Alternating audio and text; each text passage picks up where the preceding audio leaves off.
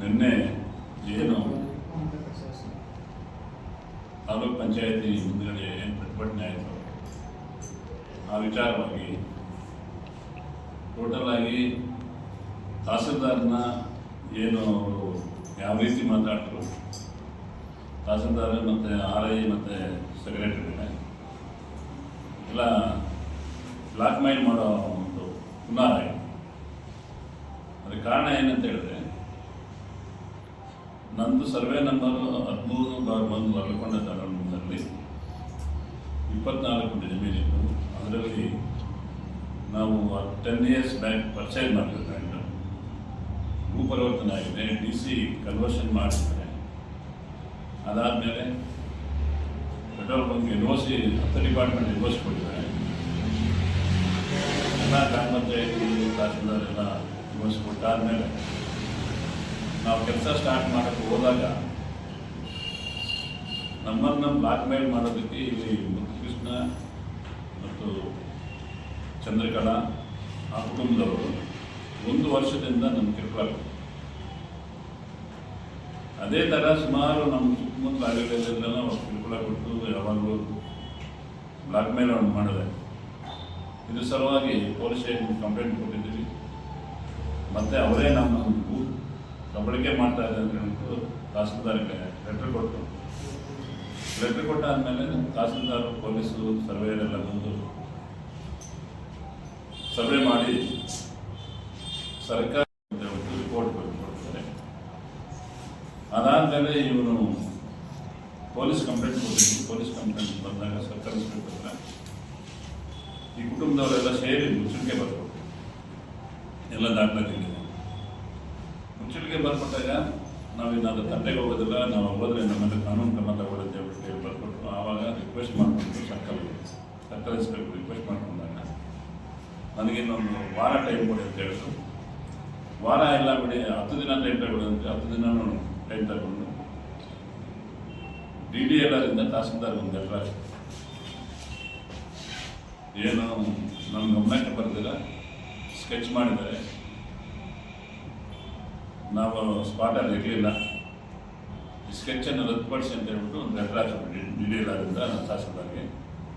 ತಹಸೀಲ್ದಾರ್ ಅವರು ಮತ್ತೆ ಸರ್ವೆ ಮಾಡಿಸಿ ಇದರಲ್ಲಿ ಯಾವುದೇ ಒಂದು ನಿಯಮಾನುಸಾರ ಇಲ್ಲದೆ ಮಾಡಿಲ್ಲ, ನಿಯಮಾನುಸಾರ ಮಾಡಿದ್ದೀವಿ, ಸ್ಕೆಚ್ ಕರೆಕ್ಟಾಗಿದೆ ಅಂತ ಹೇಳ್ಬಿಟ್ಟು ಮತ್ತೆ DDL ವರದಿ ಕೊಟ್ಟರು. ಅದಾದಮೇಲೆ ಯಾವಾಗ ನೋಡಿದ್ರು ನಮ್ಮ ಕೆಲಸಕ್ಕೆ ಅಡ್ಡಿ ಬರ್ತಾಯಿದೆ. ಮತ್ತು ನಾವು ಕೋರ್ಟಲ್ಲಿ ಯಾರು ಆ ಜಮೀನೊಳಗೆ ಬರಬಾರ್ದು ಅಂತ ಹೇಳ್ಬಿಟ್ಟು ಕೋರ್ಟ್ ಆದೇಶ ಕೂಡ ತಗೊಂಡು ನಾವು ಕೆಲಸ ಮಾಡ್ತಾಯಿದ್ದೀವಿ. ಈಗ ಏನೇನೋ ಮಾಡಿ ಬ್ಲ್ಯಾಕ್ ಮೇಲ್ಗೆ ಅವಕಾಶ ಇಲ್ಲದಂಗೆ ಈ ರೀತಿ ತಹಸೀಲ್ದಾರ್ ಮೇಲೆ ಮಾಡಿರೋದು ತುಂಬ ಖಂಡನೀಯ. ಯಾವುದೇ ಒಂದು ನಾವು ಸುಮ್ಮನೆ ನಮ್ಮ ಪೇಪರ್ ಅವನು ನಾನು ಮೀಡಿಯಾದಲ್ಲಿದ್ದೀನಿ ಅಂತ ಹೇಳ್ಬಿಟ್ಟು ಆಫೀಸ್ಗಳಲ್ಲಿ ಹೋಗಿ ಸರ್ವೇರ್ ಮೇಲೆ ಆಗಲಿ, ತಹಸೀಲ್ದಾರ್ ಮೇಲೆ ಆಗಲಿ, ನಮ್ಮ RIಗಳ ಮೇಲೆ ಎಲ್ಲನೂ RTI ಕೇಳೋದು, ಬ್ಲಾಕ್ ಮೇಲ್ ಮಾಡೋದು. ಈ ಹಿಂದೆ ಸಹ ನಮ್ಮ ಮನುಷ್ಯ ಮೇಡಮ್ ಇದ್ದಾಗ ಭಾರಿ ಗದ್ದಲ ಆಗಿ ಅವರು ಸಹ ಇದ್ರ ಮೇಲೆ ಕೇಸ್ ಕೊಟ್ಟಿದ್ದರು. ಕೇಸ್ ನಡೀತಾ ಇದೆ SFಲ್ಲಿ. ಇಷ್ಟೆಲ್ಲ ಇದ್ದರೂ ಕೂಡ ಅದ್ಯಾರೋ ಒಬ್ಬನು ಅರುಣ್ ಕುಮಾರ್ ಅನ್ನೋನು ಇಲ್ಲೆಲ್ಲನೂ ಟೋಟಲ್ ಆಗಿ DSS ಸಂಘಟನೆಗಳಲ್ಲಿ ಕಡೆಗಣಿಸಿ ಹೋಗಿ ಎಲ್ಲ ದೂರ ಇಟ್ಟಾದ್ಮೇಲೆ ಅವನು ಬೆಂಗಳೂರಲ್ಲೆಲ್ಲ ಇಟ್ಕೊಂಡು ನಾನು ರಾಜ್ಯಾಧ್ಯಕ್ಷ ಅಂತ ಹೇಳ್ಬಿಟ್ಟು ನಿನ್ನೆ ಬಂದು ತಹಸೀಲ್ದಾರ್ ಮೇಲೆ ಇಂಥ ಅವಾಚ್ಯ ಶಬ್ದಗಳನ್ನು ಮಾತಾಡಿರೋದು ತುಂಬ ಶೋಚನೀಯ. ಅದೆಲ್ಲ ಇವತ್ತಿನ ಪೇಪರಲ್ಲಿ ತಾವು ನೋಡಿರ್ಬೋದು. ಯಾವುದೇ ಒಂದು ಅಧಿಕಾರಿ ಮೇಲೆ ಈ ಥರ ಮಾತಾಡೋಕ್ಕೆ ಯಾವುದೇ ರೀತಿಯ ಒಂದು ಇದಿಲ್ಲ. ಬಟ್ ಅವ್ರು ಮಾಡಿದರೆ ಮಾತಾಡಿ, ತಹಸೀಲ್ದಾರ್ ಇದರಲ್ಲಿ ಯಾವುದೇ ಒಂದು ಪಾತ್ರ ಇಲ್ಲ.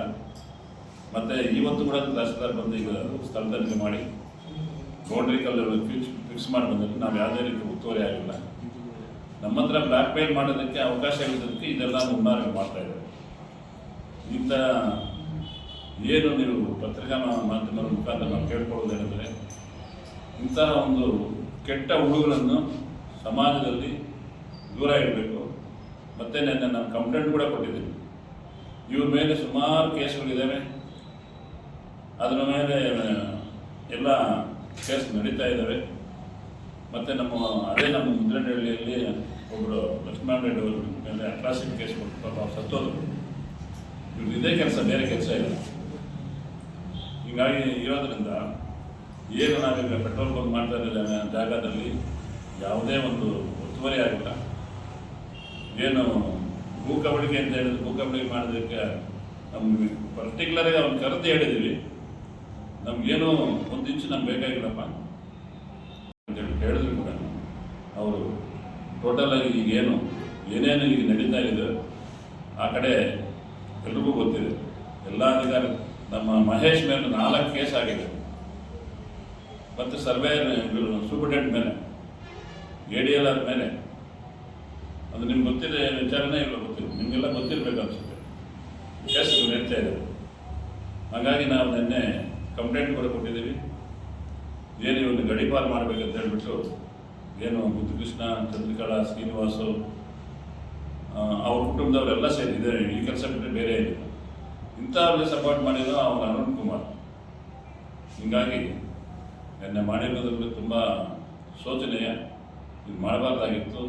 ಇದ್ರ ಮೇಲೆ ತಮ್ಮ ಮುಖಾಂತರ ನಾವು ಕೇಳ್ಕೊಳ್ಳೋದ್ರಿಂದ ಅವ್ರ ಮೇಲೆ ಕಾನೂನು ಕ್ರಮ ತಗೋಬೇಕಂತ ಈ ಮುಖಾಂತರ ತಮ್ಮಲ್ಲಿ ಮನವಿ ಮಾಡುತ್ತೇನೆ. ದಯವಿಟ್ಟು ಇದನ್ನು ನೀವು ಪತ್ರಿಕಾ ರಂಗದಲ್ಲಿ ನಾವು ಇಷ್ಟೇ ಮತ್ತು ಕೇಳ್ಕೊಳ್ಳೋದು, ಇಂಥ ಸಾರ್ವಜನಿಕರಿಗೆ ಮತ್ತು ಅಧಿಕಾರಿಗಳಿಗೆ ತೊಂದರೆ ಕೊಡ್ತಾ ಇರ್ತಕ್ಕಂಥ ಜನರನ್ನು ಕಂಪ್ಲೀಟ್ ಕಾನೂನು ಕ್ರಮ ತಗೊಂಡು ಅವ್ರ ಮೇಲೆ ಮತ್ತೆ ಗಡೀಪಾರು ಮಾಡಬೇಕಂತ ಈ ಮುಖಾಂತರ ನಾವು ಕೇಳ್ಕೊಳ್ತೀವಿ. ನಾನು JCB ಗಂಧ ಬಂದು ಕೂತ್ಕೊಂಡು ತಹಸೀಲ್ದಾರ್ ಕಂಪ್ಲೇಂಟ್ ಕೊಟ್ಟರು. ತಹಸೀಲ್ದಾರು ಪೊಲೀಸ್ ಮುಖಾಂತರ ಬಂದು ಸರ್ವೆ ಮಾಡಿ 8/9 ನಾವು ಯಾವ ಒತ್ತುವರಿ ನಮ್ಗೆ ಬೇಕಾಗಿದೆ. ನಮ್ಗೆ 25 ಗುಂಟೆ ಇದೆ, 25 ಗುಂಟೆ ಇದೆ, ನಮಗೇನು 10 ಗುಂಟೆ ಸಾಕಷ್ಟೇ. ನಮಗೆ ಅಷ್ಟು ನಾವು ಅವ್ರದ್ದು ಆ ಕಡೆ ಜಮೀನು ಕಂಪ್ಲೀಟ್. ಇದರಲ್ಲಿ ಒತ್ತುವರಿ ಇಲ್ಲ ಅಂತ ಹೇಳಿ 8/9 ಕರೆಕ್ಟಾಗಿ ಫಿಕ್ಸ್ ಆಗಿ ಕರೆಕ್ಟಾಗಿ ಅದರಲ್ಲಿ ಯಾರು ಹೋಗೇ ಇಲ್ಲ. ಈಗಲೂ ಸರ್ವೆ ನಮ್ಮ ತಹಸೀಲ್ದಾರ್ ಸರ್ವೆ ಬಂದಿದ್ರು, ಅದು ಹಂಗೆ ಇದೆ. ಯಾರೂ ಅದರಲ್ಲಿ ಒತ್ತುವರಿ ಆಗೇ ಇಲ್ಲ. ಅದರಲ್ಲಿ ಅಶ್ವತ್ಥಪ್ಪ ಮತ್ತು ಸಂಪತ್ ಅನ್ನೋರು ಇಬ್ಬರು ಮನೆ ಕಟ್ಕೊಂಡಿದ್ದಾರೆ. ಅವ್ರ ಮನೆ ಕಟ್ಕೊಂಡು ಏನು ನನಗೆ ಸಂಬಂಧ ಇದೆ. ಈಗ ನಾನು ಏನು ಟೋಟಲಾಗಿ ಇದು ಏನು ನಮ್ಮ ಗಣಿಗಾರಿಕೆ ಅಕ್ರಮ ಗಣಿಗಾರಿಕೆ ಮಾಡಿದ್ದಾರೆ ಅಂತ ಹೇಳಿ, ಅಕ್ರಮ ಗಣಿಗಾರಿಕೆ ಮಾಡಿರೋದಕ್ಕೆ ನಮ್ಮ ಸರ್ವೆ ನಂಬರ್ 13/1 ಕಲ್ಲು ಬಂದಿದೆ. ಏನು ಪೆಟ್ರೋಲ್ ಟ್ಯಾಂಕ್ ಕೂಡ ಕಡೆ ಬಂದಿದೆ. ಮೈಸಲ್ಲಿ ನಾನು ಪರ್ಮಿಷನ್ ತಗೊಂಡಿದ್ದೆ. ಪರ್ಮಿಷನ್ ತಗೊಂಡು ಬ್ಲಾಸ್ಟ್ ಮಾಡ್ತಾ ಇಲ್ಲ, ಓಲ್ಗಳಾಗ್ಬಿಟ್ಟು ಓಲಲ್ಲಿ ಕೆಮಿಕಲ್ ಈಗ ಲೇಟೆಸ್ಟ್ ಆಗಿ ಬಂದಿದೆ. ಆ ಕೆಮಿಕಲ್ ಆಗ್ಬಿಟ್ಟು ಸುಮ್ಮನೆ ಬಿಡುತ್ತೆ, ಬಿಟ್ಟು JCB ಬಿಸಾಕ್ತಾರೆ ಅಷ್ಟೇ. ಅಕ್ರಮ ಅಂತ ನಿನ್ನೆ ಹೇಳಿದ್ದಾರೆ, ನಿಮಗೆ ಗೊತ್ತಿರಬೇಕು, ಪೇಪರಲ್ಲಿ ಬಂದಿರಲ್ಲ. ಅಕ್ರಮ ಏನು ಅವ್ರು ಹೇಳೋದು 8/1 ಮಾಡಿದ್ದಾರೆ, 8/9 ಮಾಡಿದ್ದಾರೆ. 8/9 ಯಾರು ಒತ್ತುವರಿ ಆಗಿಲ್ಲ, ಅವ್ರಿಗೆ ಹೋಗೇ ಇಲ್ಲ. ಈಗಲೂ ಬಂದು ಸರ್ವೆಯವರು ತಹಸೀಲ್ದಾರ್ ಒಂದು ಸೇಮ್ ಹಂಗೆ ಫ್ರೆಂಚ್ ಹೊಡಿತಾ ಇದ್ದೀವಿ. ನೀವು ಸ್ಥಳಕ್ಕೆ ಬರ್ಬೋದು, ಹೋಗೋ ಸ್ಪಾಟ್ ನಿಮ್ಗೆ ಗೊತ್ತಾಗ. ಇಂಡಿಯನ್ ಆಯಿಲ್ ಕಾರ್ಪೊರೇಷನ್ ಪೇಪರ್ಸ್ ಮುಟ್ಟಲ್ಲ, ಗೌರ್ಮೆಂಟ್ ಸಂಸ್ಥೆಯಿಂದ ಮಾಡ್ತಾ ಇರೋದು ಕ್ಲಿಯರ್ ಆಗಿದೆ. ನ್ಯಾಷನಲ್ ಹೈವೇ ಮಾಡ್ತಾ ಇರೋದು. ಯಾರಾದ್ರೂ ಒತ್ತುವರಿ ಆಗೋಕ್ಕೆ ಸಾಧ್ಯ ಇದೆಯಾ? ನಾವೇನೋ ಉಳುಮೆ ಮಾಡಿಕೊಂಡು ಮನೆಗೆ ಕಟ್ಕೋಬೋದು. ಇದು ಸರ್ಕಾರ. ಈಗ ನೀವು ಬನ್ನಿ, ಸ್ಥಳಕ್ಕೆ ಬನ್ನಿ, ಏನೇ ಒತ್ತುವರಿ ಇಲ್ಲ. ಮತ್ತೆ ಭೂ ಮತ್ತು ಗಣಿ ವಿಜ್ಞಾನ ಇಲಾಖೆ ಮೇಲೆ ಆರೋಪ ಮಾಡಿಬಿಟ್ಟು ನೋಡಿ ಭೂ ಕಬಳಿಕೆ ಮಾಡ್ತಾ ಇದ್ದಾರೆ ಕೃಷ್ಣಪ್ಪ.